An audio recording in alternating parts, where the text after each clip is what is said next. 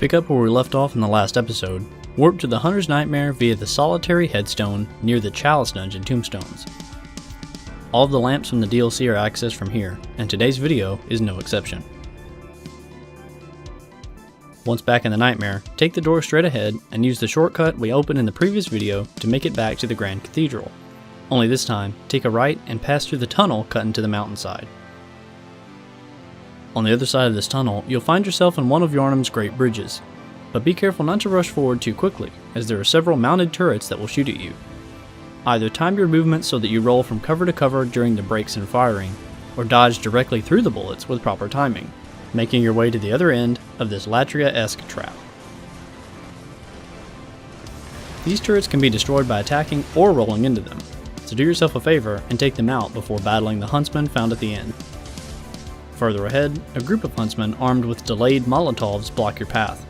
These are essentially what their name suggests, a timed, thrown explosive. Just past these three lies another old huntsman equipped with a boom hammer, so take the standard varieties out quickly so that you don't become overwhelmed. Pressing forward, step into the darkened house from the beginning of Central Yharnam. Straight ahead, pick up the 5 delayed Molotovs, the first new consumable of the DLC. While these inflict similar damage to standard Molotovs, their throwing arc is much lower to the ground and their explosion is obviously, well, delayed. I found these items to be of only real use after running out of the standard Molotovs. You're technically on the second floor of the house, so take the stairs down to the first floor, taking out any huntsman you encounter as you do so. The wheelchair hunter guards a treasure, just as he did in Central Yharnam, but this time, the trap is a little different.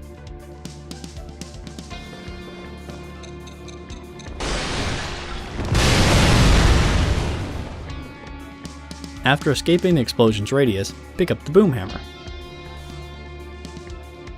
Similar to the Tonitrus, this blunt damage weapon has a buff mapped to its L1. While the Tonitrus' bolt buff is based on time, the boom hammer's fire buff is based only on the next hit, meaning it can hold its buff for an indefinite amount of time. Requiring 14 strength and 8 skill, this weapon certainly has the potential to change the pace of combat. Leave through the leftmost door on the first floor of the house, and make your way up the stairs. Up ahead is an NPC hunter using the Beast Claw, and a new Covenant rune that expands his moveset. This is one of the harder hunters, and can definitely chew through your blood vials with his fast and heavy attacks. It may take you a few tries to defeat him, but there's always parries if all else fails. Killing this beast hunter allows you to obtain the Firing Hammer Badge, a trinket belonging to the Powder Kegs. Possession of this badge unlocks delayed Molotovs, delayed rope Molotovs, and the piercing rifle and the Hunter's Dream Shot. This new rifle can be a decent source of damage against a crowd of enemies, because as the name suggests, the bullets do pierce through multiple opponents. This new firearm costs 20,000 blood echoes and requires 9 strength, 11 skill, and 9 blood tinge. After picking up the badge, return to the upper floor of the house and drop down from the hanging doorway to reach this alternative hat to the old hunter set. Whether you drop down to pick up the top hat, or step directly out into the street from the floor below, you will have to enter the River of Blood regardless. This place is swarming with blood lickers, and if you've seen my video on Accursed, you know how I hate these things. To the right is a dead end we'll explore in a moment, but first, take a left, running past these enemies, and climb the stairs to reach the relative safety of the small bridge. There are several huntsmen armed with the piercing rifle, but you can use this overturned coach as cover and take them out one by one.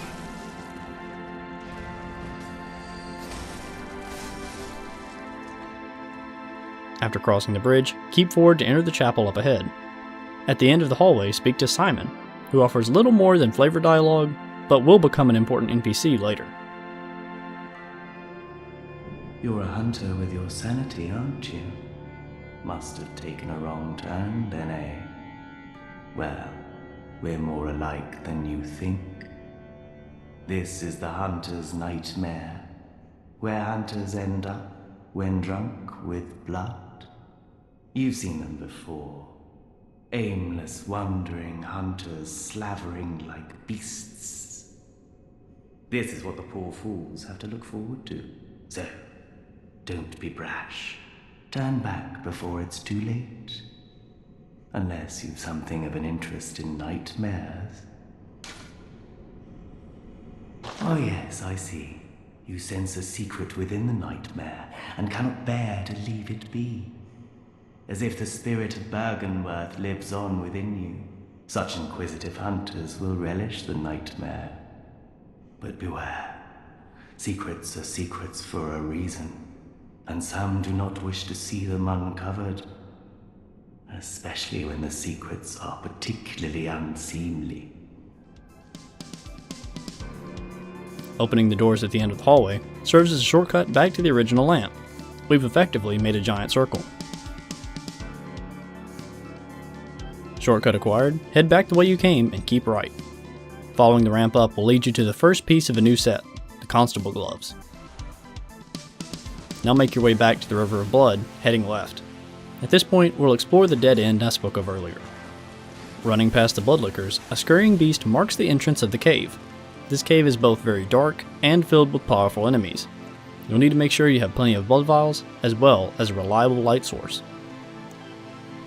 The first enemy is an NPC hunter equipped with the Gatling gun. By strafing around the large rock to his right, you can avoid his line of fire for the most part. When he stops firing, get in close and be aggressive. Only watch out for the saw spear equipped in his other hand. Defeating this hunter grants you nothing less than the Gatling gun. Modeled after Jira's turret, this gun requires an outrageous 28 strength, 12 skill, and sports lackluster blood tinge scaling. Only certain builds will be able to utilize this weapon, although I suppose it's meant to be more of an amusing choice than a viable one. Continuing deeper in the cave, kill the wolfmen by pulling them from afar. At the far end, there is nothing short of a blood-starved beast, with HP comparable to the boss fought in Old Yarnum. For this reason, it's important to take out these weaker enemies without alerting the mini-boss to your presence. Once it's time to slay the monster, having a light source becomes even more imperative. The darkness hides the enemy's signals, and without one, it's not possible to predict the beast's attacks before they hit you. If you can afford to sacrifice your left-hand weapon for the torch, its added light radius will give you a much-needed advantage. Killing the monster grants you a powerful blood gemstone, but even this is not the treasure we came for. A little deeper in the cave, against the far wall, lies the Amygdalin Arm. As gruesome as it sounds, this strength weapon is a sort of club-scythe hybrid. At 17 strength and 9 skill, the requirements aren't at all unreasonable, and based on its bizarre moveset, the right person should have a lot of fun with this weapon. That's all for the cave, so pick up the multiple upgrade stones strewn about and make your way back to the chapel shortcut. This time, take the right path to the River of Blood. The group of Bloodlickers found on the right guard the Constable Trousers, but I really recommend you fight these things rather than do what I did to pick them up.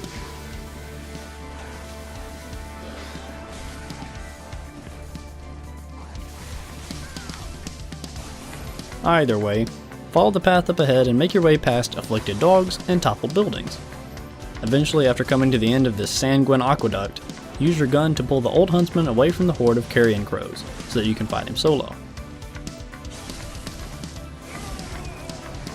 Then the crows become a mere annoyance instead of a real threat. The wall at the far end sports an item on top. We can't reach it yet, but remember its location for now. Instead, turn to the left and climb this easy to miss ladder. Immediately after reaching the top, turn left again and drop onto the wooden beam just below. By crossing it, you can pick up the last piece of the Constable set. The Constable armor is the same worn by Walter, Master of the League, and his bucket helm serves as the official headgear for the set. The item description reads of Yarnum's hatred of foreigners, and seems to imply Walter might be from outside the city as well. Back up the ladder, take a left again, and drop onto the platform just below. Up ahead lies one of the hardest old huntsmen found in the nightmare so far, and honestly speaking, my first death in the DLC was to this guy. He uses a new weapon called the Beast Hunter's Scythe, which is fast, has long range, and deals an extraordinary amount of damage. I only achieved victory thanks to a well-timed Quicksilver bullet.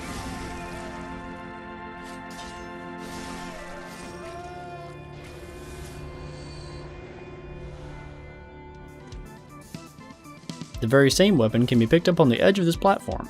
Requiring 9 strength and 11 skill, the scythe is a precursor to the saw cleaver, and is actually much faster than its workshop descendant. Choosing between these two similar weapons is personal preference, but my vote undoubtedly goes to the scythe. The only way to proceed now is to drop down further, which wraps back around to the ladder from earlier. Climb the ladder once again and take the only remaining path, forward.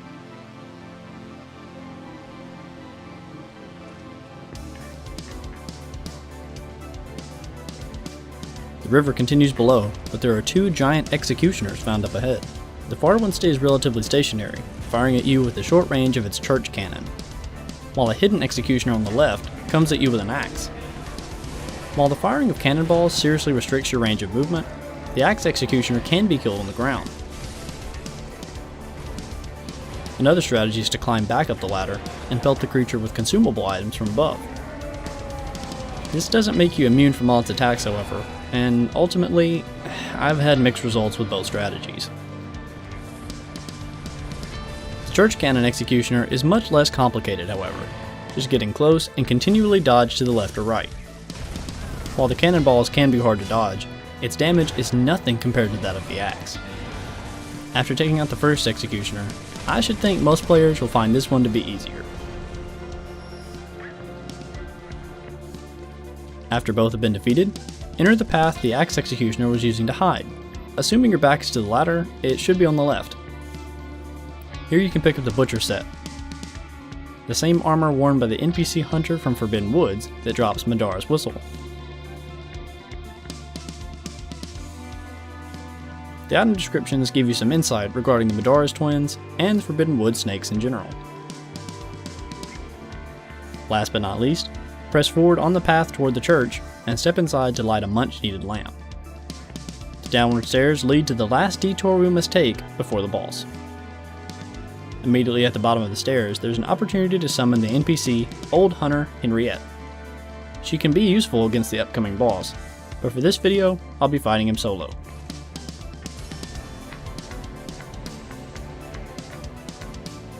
Take out the scurrying beast just ahead, and mine the shadow on the far wall, warning you of an old huntsman ambush.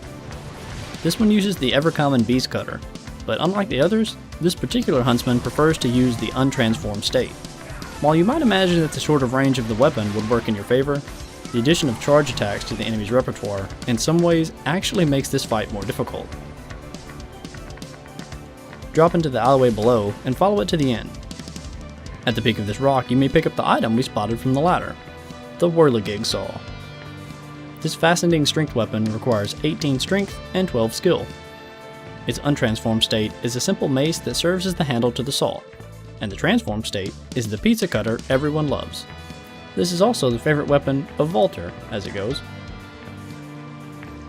Dropping off the rock will place you back in front of the ladder from earlier, but be warned that if you use the lamp to return to the dream, all of the enemies will have respawned between this point and your destination. After making your way back to the lamp, walk straight out of the church and up the hill up ahead. Keep right and take out the witch hiding in the corner to disrupt a future ambush. Also note that you can kill the non-hostile hollow enemy banging against the gate here, which always drops 5 blood vials. This is a great way to replenish vials, especially since the upcoming boss can be relatively difficult. That's all for item collection, so follow the river into the building ahead and prepare for the fight against Ludwig.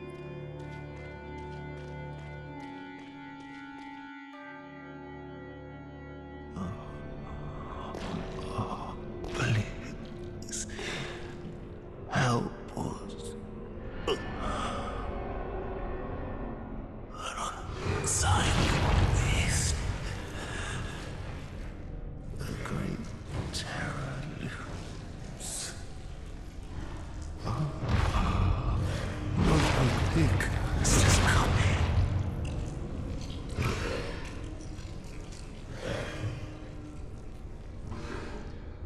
Have mercy. Have mercy upon us.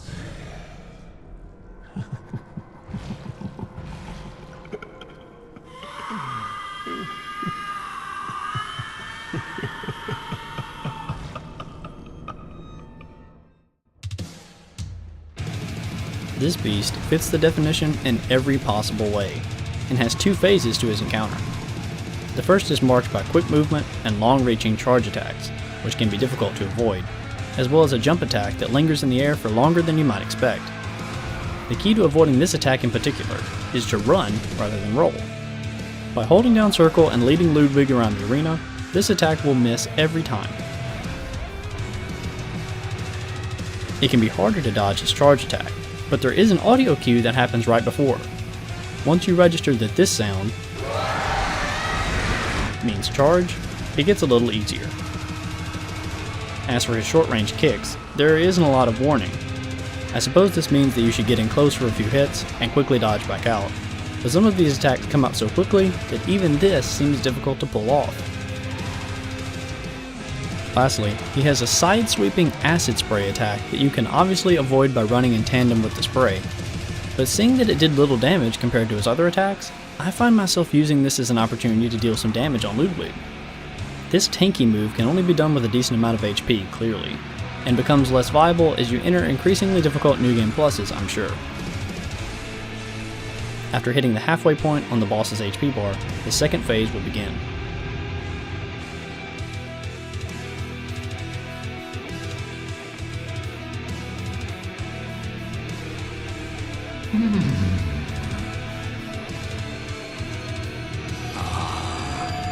You were at my side all along.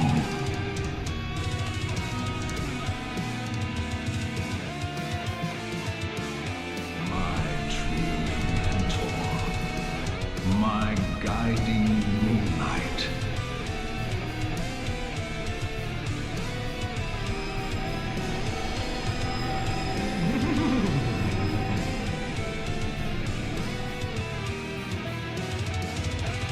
While this phase does grant Ludwig a new weapon, I found the Moonlight Sword's arcane damage to be much less threatening than the physical damage of his first phase.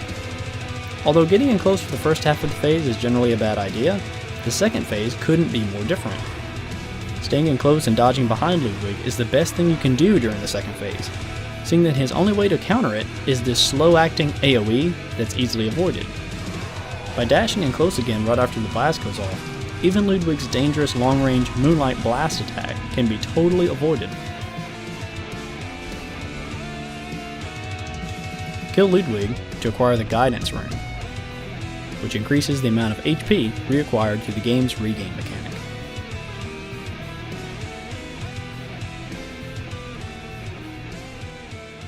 Once the boss has been slain, you may speak to the head of Ludwig lying against the stairs. Good hunter, have you seen the thread of light? Just a hair, a fleeting thing. Yet I clung to it, steeped as I was in the stench of blood and beasts. I never wanted to know what it really was. Really, I didn't. Also, if you're wearing one of the church-related chess pieces, you're given an additional dialogue from the old hunter. Tell me, good hunter of the church, have you seen the light? Are my church hunters the honorable Spartans? I hoped they would be.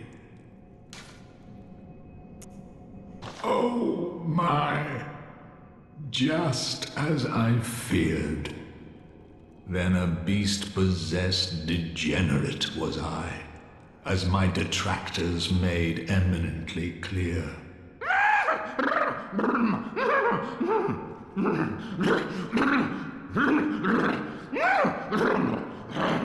Does the nightmare never end? Strike him one last time to obtain the Holy Moonlight Sword, which requires 16 Strength, 12 Skill, and 14 Arcane. This greatsword can be used both one-handed or two-handed, and can even be used to launch waves of moonlighted enemies, at the cost of a Quicksilver bullet. With Ludwig defeated, and his prized sword in hand, light the lamp and return to the Hunter's Dream for now.